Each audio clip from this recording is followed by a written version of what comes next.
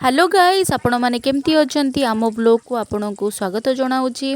तो देखि पाउथिबे एठी काठ चुली रे रोसई होउची। तो फर्स्ट हमर एठी चिकन रोसई होउची। चिकन पई माँ एठी कढ़ई रे तेल पियाज अदा रसुण को छेचिकी कुटिकी पकेइचंती ताकू भलो भाबे फ्राई करिकी तापरे सेतिरे बेसिक मसाला हळदी गुंड मर्च गुंड नून पकेइकी ताकू भलो भाबे एबे कषा हबो।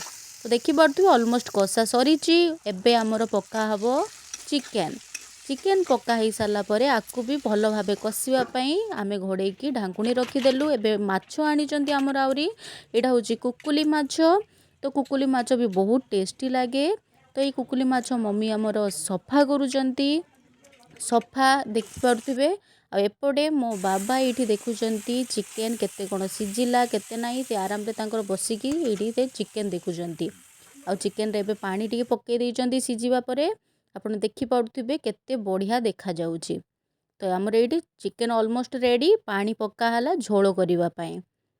आ एबे हमर करा हबो माछ माछरे हमर सेई बेसिक मसाला हळदी मरीच नूण पक्का हला ताकू आमे गोळे की साइड रखा हबो। आ एइथिरे हमर आलू पक्का है कि चिकेन हमर रेडी। तो ये आम टे चिकेन मसला भी पकई देइछु माछरे। तो देखि पारुथिबे एबे ताबारे फ्राई करा हबो। आपण चाहिए कढ़ई रे भी तेल अधिका देकी भी फ्राई करि परिबे। आम एठी करिछु ताबा फ्राई। तो हमर एटा ऑलमोस्ट रेडी हे गला। एबे मो भाई को दिया जिवो।